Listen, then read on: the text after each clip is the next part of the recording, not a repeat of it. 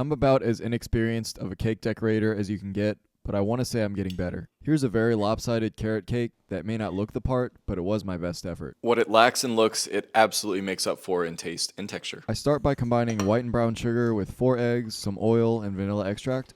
I'm going to grate down about 3 large carrots, which I just use my food processor for. Add that in along with a drained 8-ounce can of crushed pineapple. Mix that until it's cohesive and then quickly mix the dry ingredients together. That's flour, baking powder, and baking soda, and then some cinnamon, nutmeg, and salt. Dump that in and gently mix until it just comes together, but try not to overmix it. Finally, fold in a little bit of chopped pecans if you like that, and then I'll distribute this evenly across 3 9-inch cake pans. Those will bake at 350 for about 25 to 30 minutes until you pass the toothpick test. While those cool, you can mix together the cream cheese frosting, which is just tons of cream cheese and butter. Add some vanilla paste and a pinch of salt, and then 6 cups of powdered sugar that you spoon in. I'm also reserving 2 bowls of a half cup each of the frosting because I'm going to color them. One's going to be orange for the carrot, and the other is going to be green for the leaf. Just stick those in piping bags, and I have this kind of fancy leaf-looking tip that I'm going to use for the green. Once the cakes are cool, I'm going to spread thin layers of frosting in between each layer. I had to bulk up the frosting on the second layer on one side because it was lopsided, and that's because I had it baking at a little bit of an angle because I couldn't fit all the pans in my oven. And then once you have the top layer on, you're just spreading frosting all around the cake, which I still struggle with.